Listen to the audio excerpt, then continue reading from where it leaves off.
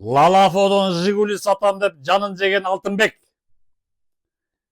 Сен Талас облусунун жашоочусу бир баланы алдап кетсиң.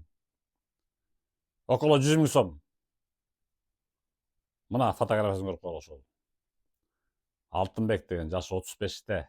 Жалал Абад облусунун жашоочусу. Лалафого объявлениелет терпеген бир Жигулисин.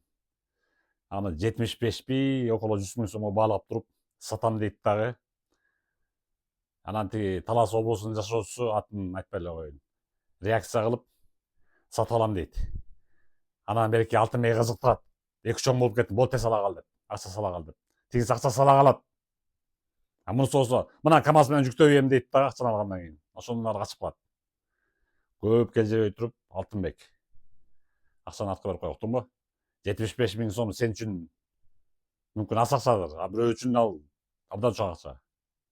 Келжебей туруп акчаны берип кой, уктуңбу? Мына көрүп кой ошо Алтынбекти.